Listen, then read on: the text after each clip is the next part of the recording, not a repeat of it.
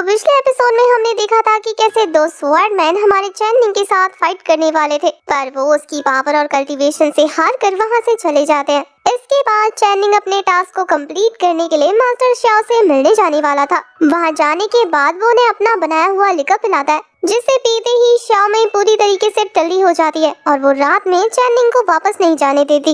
इस पार्ट की स्टार्टिंग में दिखाते हैं कि सारी रात गुजरने के बाद जब अर्ली मॉर्निंग शाओ में को होश आता है तो वो खुद को अपने ही हंटर से बंधा हुआ देखकर काफी हैरान हो रही थी। रात में चैनिंग ने बेकाबू होते ही शाओ में को रोकने के लिए उसी के वाइब से उसको बांध दिया था, जिसे उसने खुद ही रात को तोड़ दिया था। उससे अपनी बॉडी काफी ज्यादा डिफरेंट फील हो रही थी, तो वो जैसे ही अपनी कल्टीवेशन चेक करती है वो ये देखकर काफी ज्यादा खुश हो गई थी कि वो 3 रियाल्म्स ऊपर पहुंच गई है। यानी कि इतने सालों से जो उसका ब्रेक थ्रू अटका हुआ था वो हमारे चैनिंग के उस लिकर की वजह से अच्छे से ग्रो हो गया है। और ये चीज शाओ में को भी पता लग जाती है कि चैनिंग ने असल में उसकी प्रॉब्लम सॉल्व की थी। कल रात को उसने उसे जहर नहीं दिया था टेस्ट करने के लिए, बल्कि उसने उसे एक पावरफुल लिक्विड दिया था पीने के लिए, जिसे पीने के बाद उसकी कल्टीवेशन इंक्रीज हो गई। और इस तरीके से चैनिंग ने सिस्टम का दिया हुआ वो टास्क कंप्लीट कर लिया, यानी कि शाओ में के प्रॉब्लम को ढूंढकर उसे सॉल्व कर दिया। यहाँ शाओ में ये देखकर भी हैरान थी कि चैनिंग कैसे जेंटलमैन की तरह उसे बिस्तर में लिटाकर खुद उससे दूर टेबल पे बैठकर सो रहा था। ये देखने के बाद तो वो पूरी तरीके से उस पर लट्टू हो जाती है कि वो सिर्फ उसकी हेल्प करने आया था।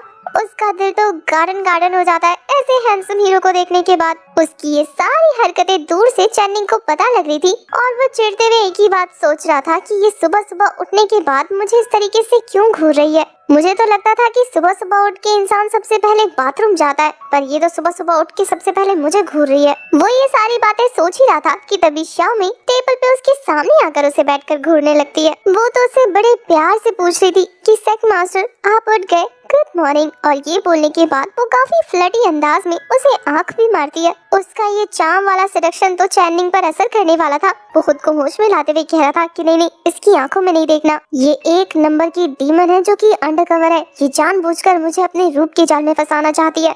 अगर मैंने इसकी आंखों में देखा तो ये सक्सेसफुली मुझे पटाने में कामयाब हो जाएगी।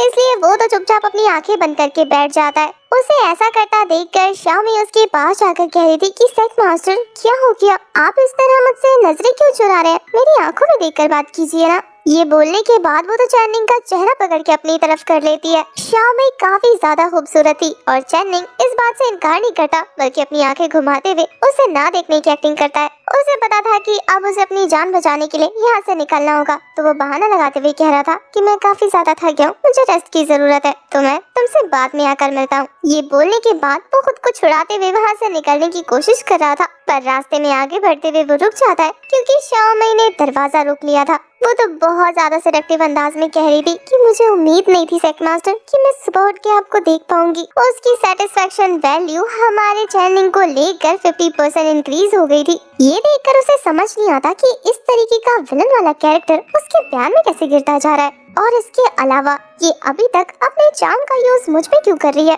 क्या रात वाले वाइन का असर अभी तक उतरा नहीं है। दूसरी तरफ शाओ में कह रही थी कि मास्टर क्या आपको कुछ खाना है, मैं आपके लिए ब्रेकफास्ट प्रिपेयर करूं, साथ में करेंगे। उसकी इन बातों से परेशान होकर चैनिंग वहाँ से जाते हुए कह रहा था कि मुझे प्यास लगी है, मुझे टॉयलेट जाना है। और फिर वो फटाफट शाओ में को क्रॉस करने के बाद इतनी तेजी से दौड़ता है ना, उसे इस तरीके से भागता देखकर शाओ में कह रही थी कि लगता है मास्टर शर्मा गए। दूसरी तरफ हमें उसी ज़ॉम्बी वाले पर्सन को दिखाते हैं जिसे कि एक लड़की के घोस्ट ने ट्रैप कर लिया था। वो बिल्कुल एक रोबोट की तरह बात कर रहा था और वो अपने टारगेट को ढूंढ रहा था, यानी चैनिंग को।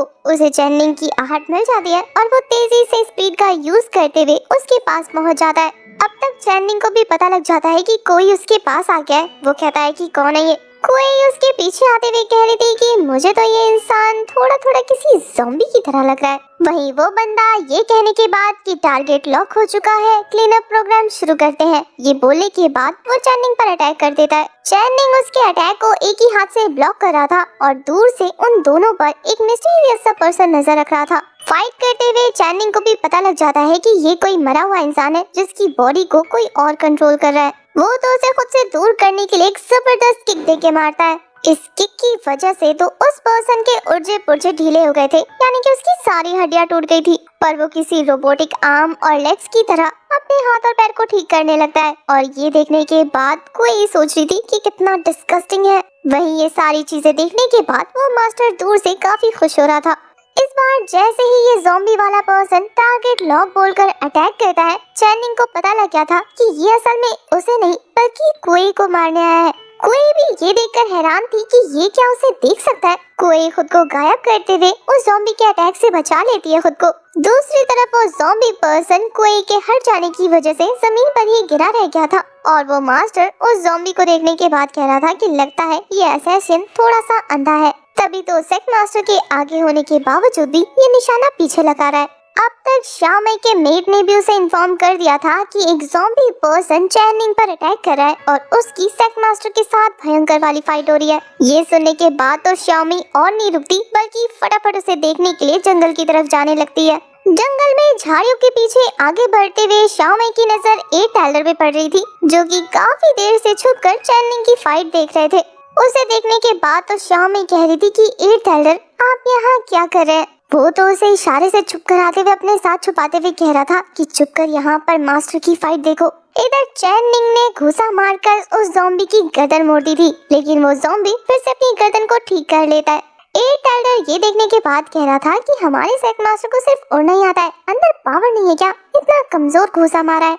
शाओमेई भी ये देखकर हैरान थी कि चैनिंग की फाइट असल में एक ज़ॉम्बी पर्सन से हो रही है। अचानक से जो ज़ॉम्बी पर्सन को कंट्रोल कर रहा था वो कहता है कि टारगेट कंफर्म हो गया है, बॉडी को छोड़ने का वक्त आ गया है, अब पैरासाइट प्रोग्राम को रिलीज किया जाए। प्रोग्राम वाली बात सुनने के बाद तो वो दोनों ही एक साथ चौंक जाते हैं। वहीं वो प्रोग्राम उस होस्ट की बॉडी को छोड़ते हुए सीधा हमारे चैनिंग की बॉडी में एंटर होने वाला था, उससे पहले कोई भी उसकी बॉडी के अंदर चली जाती है। इसके बाद तो वो ज़ॉम्बी पर्सन और हमारा चैनिंग दोनों ही अपनी जगह से नहीं हिल रहे थे। ये देखने के बाद तो वो मास्टर सोच रहा था कि इनको क्या हो गया, ये ऐसे स्टैचू क्यों हो गए। चैनिंग की सोल सी में जाने के बाद वो पैरासाइट काफी सारे रोबोट में कन्वर्ट हो गया था, जो धीरे धीरे हमारे चैनिंग की मेमोरी को कॉपी करने लगता है। चैन उन सभी को देखने के बाद कह रहा था कि स्काईनेट, क्या ये तुम हो? कोई आते हुए कह रही थी कि क्या स्काईनेट लगा रखा है, वायरस है ये जो तुम्हारी मेमोरी में ऐसी ऐसी चीजें ठूस देंगे ना, सारी की सारी मेमोरी डिस्ट्रॉय हो जाएगी। ये सुनने के बाद तो चैनिंग कह रहा था कि फिर तो ये स्काईनेट नहीं हो सकते, स्काईनेट इतनी बेतुकी चीजें नहीं करती। उन वायरस को तेजी से आगे बढ़ता देखकर यहाँ कोई काफी कूल ट्रांसफॉर्मेशन करती है, वो भी एक रोबोटिक फॉर्म में आकर अपने आर्मर को वेयर कर चुकी थी, ये बोलते हुए कि अब उसे एंटी वायरस मोड में आना होगा ताकि वो इन सभी वायरसेस का काम तमाम कर सके। ये बोलने के बाद वो अपने गन को लोड करके एक जबरदस्त ब्लास्ट करती है, जिससे उन वायरसेस को कुछ नहीं होता। वो तो कहती है कि कितने कमीने वायरस हैं, जाने का नाम ही नहीं ले रहे। ये बोलने के बाद वो एक एंटी वायरस फाइल रीलोड करके उन सभी पर थ्रो कर चुकी थी।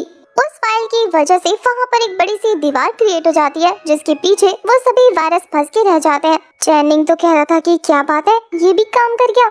कोई तो कह रही थी कि क्या तुमने मुझे ऐसा कैसा सिस्टम समझ के रखा हुआ है जो सिर्फ खड़े खड़े तमाशा देखेगी? मैं असल में काम करने वालों में से हूँ। तुम्हें पता है ये वायरस तुम्हारी मेमोरीज को कॉपी करके तुम्हारी जगह आ जाते। कोई तो काफी ज्यादा सीरियस होते हुए कह रही थी कि चैनिंग भूलो मत, ये तुम्हारी टेरिटरी है और इसे प्रोटेक्ट करना तुम्हारा फर्ज है। अब तक उन सभी वायरसेस ने उस फाइल की दीवार को डिस्ट्रॉय कर दिया था।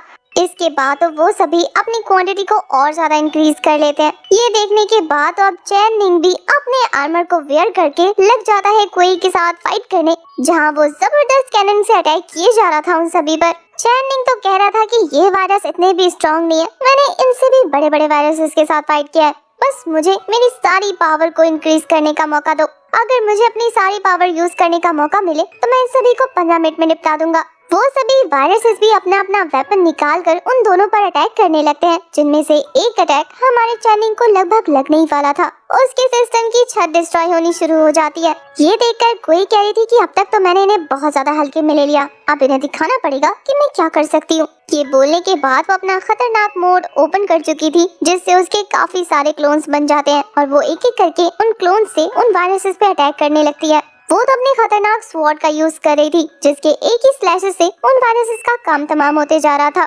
चैनिंग तो उसे फाइट करते हुए देखकर कह रहा था कि लगता है ये इसका हाइपर मोड है। वेपन भी बहुत ज्यादा कूल और ऑसम है। लगता है सिस्टम ने मुझसे अभी भी काफी सारी चीजें छुपा के रखी हुई हैं। कोई उन सब के साथ फाइट में बिजी थी। चैनिंग इसी मौके का फायदा उठाते हुए फाइल रिस्टोरेशन रूम में चला जाता है, जहाँ जाने के बाद वो हायर अथॉरिटी परमिशन को ढूंढने की कोशिश कर रहा था, ये कहते हुए कि सॉरी कोई, मैं पूरी तरीके से तुम पे ट्रस्ट नहीं कर सकता। ये बोलकर वो सिस्टम की वीक पॉइंट को भी ओपन कर लेता है। ये बंदा एक हैकर रह चुका है, तो ये आराम से इस इजी सिस्टम को हैक कर लेता है। दूसरी तरफ कोई सक्सेसफुली उन सभी वायरसेस को डिस्ट्रॉय कर चुकी थी। वो तो खुश हो रही थी कि उसने सभी गुंडों को हरा दिया, पर तभी सिस्टम रेड अलर्ट जारी कर देती है कि कोई तुम्हारे उस मिस्टीरियस रूम में कोई एंटर हो गया है और वो हायर अथॉरिटी वाली फाइल चुरा रहा है। कोई को पता लग जाता है कि ये और कोई नहीं बल्कि चैनिंग है। वो गुस्से में चिल्लाते हुए कह रही थी कि चैनिंग कितने बुरे हो तुम, मैं तुम्हारी हेल्प कर रही थी और तुम मुझसे बिना पूछे जाकर मेरी ही फाइल्स चुरा रहे थे।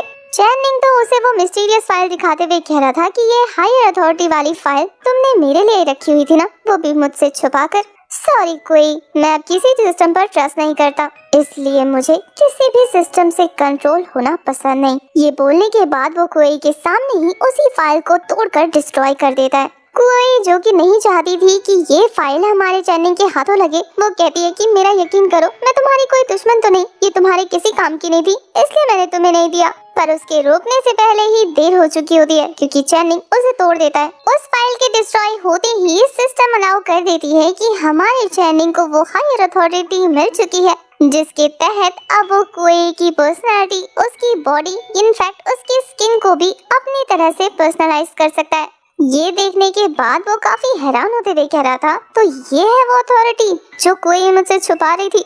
मानना पड़ेगा, बहुत ज्यादा चालू लड़की है। वो तो कह रहा था कि ट्राई करके देखते हैं कि ये कितना इंटरेस्टिंग है। ये बोलने के बाद वो तो हमारी कोई को काफी बोल्ड बोल्ड कपड़े पहनाना शुरू कर चुका था। वैसे तो कोई उन कपड़ों में काफी ज्यादा हॉट एंड सेक्सी लग रही थी, जिसे ट्राई करते हुए चैनिंग को बड़ा मजा आ रहा था। वहीं कोई कह रही थी कि याद रखना, इस चीज का बदला तो मैं तुमसे जरूर लूंगी। चैनिंग को ये करने में इतना मजा आने लगता है कि वो तो एक टाइम के लिए उसे लड़का भी बना देता है। पर ऐसा करते हुए जाने अनजाने में वो अपने सामने खड़े हुए उस पर्सन को थप्पड़ मारे जा रहा था। श्याओ मई तो उसे इतनी देर से थप्पड़ मारता देखकर ए टाइलर से पूछती है कि अब तक कितने थप्पड़ मार चुका है ये।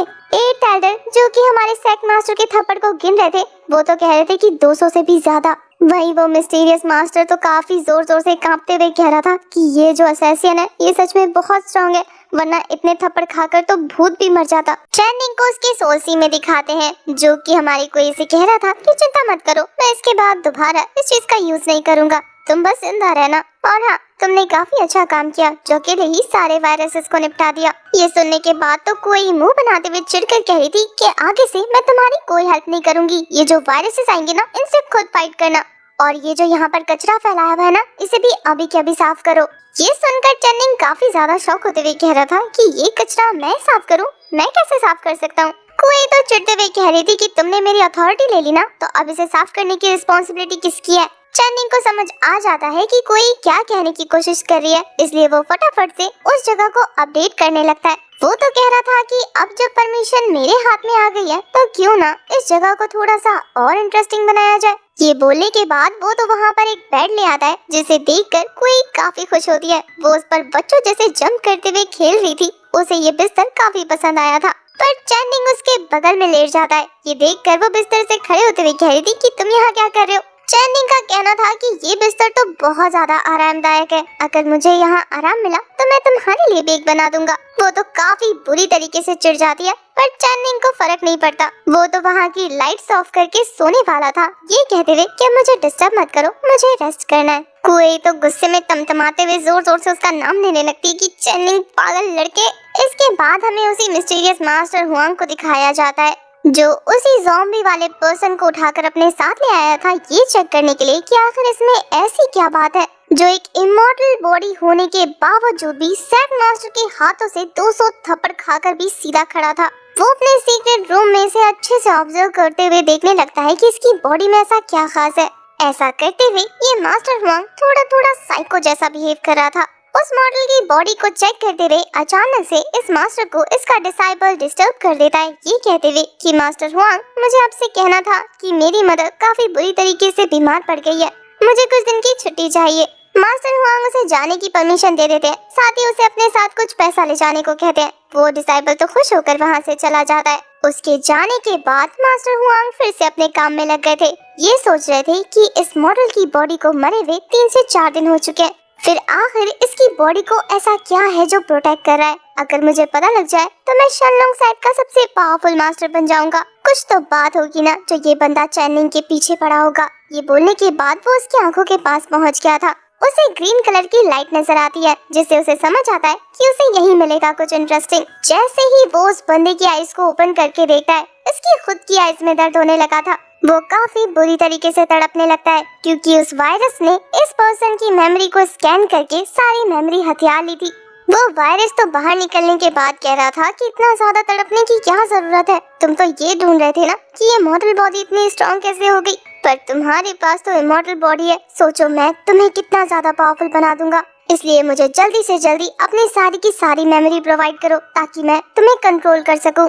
मास्टर हुआंग तो चिढ़ते हुए कह रहे थे कि किस तरीके के मॉन्स्टर हो तुम, आखिर हो कौन और यहाँ क्या कर रहे हो। इस सिस्टम का नाम क्वेलोंग था। वो कहता है कि मैं तुम्हारी नॉलेज को थोड़ा सा इंक्रीज करते हुए बता दूं कि मेरा नाम सिस्टम क्वेलोंग है। मैं एक एजेंट हूँ जो कि सिस्टम में मौजूद मेमोरीज को डिस्ट्रॉय करने का काम करता है। मास्टर हुआंग तो उसकी बातें सुनने के बाद कह रहा था कि क्या बकवास कर रहे हो, मुझे तुम्हारी कोई बात नहीं सुनी, ना ही मुझे तुम्हारी कोई बात समझ आ रही है। जितना हो सके उतना मुझसे दूर रहो, तुम्हें पता भी नहीं कि मैं कौन हूँ, तुम मुझे नहीं डरा सकते। ये बोलने के बाद वो अपने स्पेयर का यूज करते हुए वो अपने शार्प ब्लेड से उस सिस्टम को टुकड़ों में काट देता है। पर ये तो एक सिस्टम वायरस था, जिसे इस ब्लेड से कुछ नहीं होता, बल्कि ये खुद को वापस से रिबिल्ड कर लेता है। ये देखने के बाद तो मास्टर उस पे और भी काफी ज्यादा अटैक्स करते हैं। वो काफी सारे स्लैशेस लगा रहे थे। लगातार स्लैशेस की वजह से पीछे की दीवार टूट जाती है, लेकिन इस वायरस को कुछ नहीं होता। अब मास्टर हुआंग तो उससे डरते हुए पीछे हटने लगते हैं। वहीं वो सिस्टम क्वेलोंग जोर जोर से हंसने लगता है। मास्टर हुआंग को समझ नहीं आ रहा था कि आखिर उनके ये ब्लैक बोन क्लॉज काम क्यों नहीं कर रहे हैं।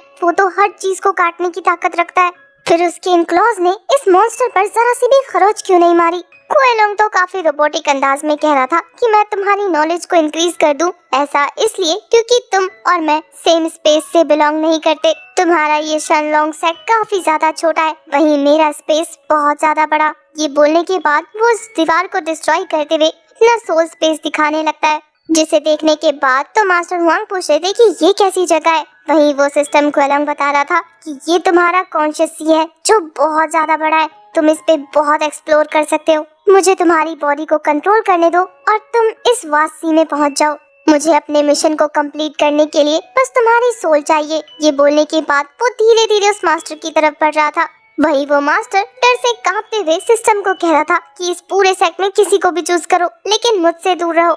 पर वो सिस्टम कुछ नहीं सुनता, क्योंकि उसे अपनी स्ट्रेंथ इंक्रीज करनी थी। इसलिए वो सीधा मास्टर हुआंग की बॉडी में एंटर हो जाता है, जिसके बाद तो मास्टर हुआंग भी अब एक जीते जागते ज़ॉम्बी बन गए थे। मास्टर हुआंग की उस कॉन्शियसनेस उन्हें रोकने की काफी ज्यादा कोशिश कर रही थी, पर वो सिस्टम पूरी तरीके से कंट्रोल बैठा लेता है। जिसके बाद तो वो सीधा हमारे चैनिंग को ढूंढने के लिए निकल गया था। इसके बाद हमें सीधा चैनिंग के रूम का सीन दिखाते हैं, जहाँ श्याओमई आई थी। उसे देखने के बाद तो चैनिंग उससे कह रहा था कि इतनी ज्यादा रात हो रही है, तो मास्टर श्याओमई आखिर मेरे कमरे में क्या कर रही हैं? श्याओमई तो कह रही थी कि मास्टर मुझे आपकी बहुत ज्यादा फिक्र हो रही थी। आज सुबह आपने कितनी मेहनत का काम किया है, आपका हाथ ठीक तो है ना? चैनिंग अपने हाथ की तरफ देखते हुए कह रहा था कि उसने तो बस छोटी सी पनिशमेंट दी है, आखिर इससे उसे क्या ही हो जाएगा। श्याओमई तो चैनिंग के आगे झुकते हुए कह रही थी कि मास्टर मैं पनिशमेंट हॉल की एल्डर होने के बावजूद भी इस क्लैन को प्रोटेक्ट करने में फेल हो गई। इस तरीके के घुसपैठियों को पनिशमेंट देने का काम तो सिर्फ मेरा है और मैं हर बार फेल हो जाती हूँ। मैं अपने काम में नाकामयाब हो गई हूँ, तो सेट मास्टर अगर आप चाहें तो आप मुझे पनिशमेंट दे सकते हैं। चैनिंग श्याओमई की बातें सुनने के बाद कह रहा था कि बोल तो ये सारी की सारी लॉजिक वाली बातें रही हैं, लेकिन आखिर ये इतनी सारी चीजों का ब्लेम अपने ऊपर लेना क्यों चाहती है? चैनिंग को तो लग रहा था कि क्या ये यहाँ मुझसे वाइन लेने आई है। वो तो कह रहा था कि मास्टर श्याओ आप ऑलरेडी काफी रिस्पॉन्सिबल है अपने काम के लिए, आपने बहुत अच्छे से इस सेट को संभाला है, इसलिए इन छोटी मोटी चीजों का ब्लेम अपने ऊपर लेने की कोई जरूरत नहीं। मैं इसके लिए आपको सजा नहीं देने वाला, बल्कि हाँ मैं आपको आपके हार्डवर्क के लिए रिवॉर्ड जरूर दे सकता हूँ। ये बोलने के बाद वो वाइन बॉटल श्याओमई की तरफ थ्रो कर देता है। जिसे लेने के बाद तो वो काफी खुश होते हुए वाइन को पीते हुए अपनी सेटिस्फेक्शन लेवल को और ज्यादा हाई कर लेती है। वाइन को पीने के बाद वो तो सीधा चैनिंग से चिपक गई थी। अब तक एक टेलर भी काफी जोर जोर से चिल्लाते हुए उनके रूम में आ गए थे। वो मास्टर शाओमई को वहाँ देखने के बाद कह रहे थे कि आखिर आप यहाँ क्या कर रही हैं? फिर शाओमई के हाथ में वाइन बॉटल देखकर उसे लग रहा था कि कहीं इन दोनों के बीच चक्कर तो नहीं चल रहा। चैनिंग तो कह रहा था कि एक टेलर आप इतने ज्यादा क्यों परेशान है? वो तो बता रहे थे कि मास्टर बहुत बड़ी गड़बड़ हो गई है, हान जुआंग वापस आ रहा है। हान जुआंग के नाम से तो शाओमई का चेहरा भी उतर गया था। वहीं हमारे चैनिंग को इसके बारे में कुछ नहीं पता था।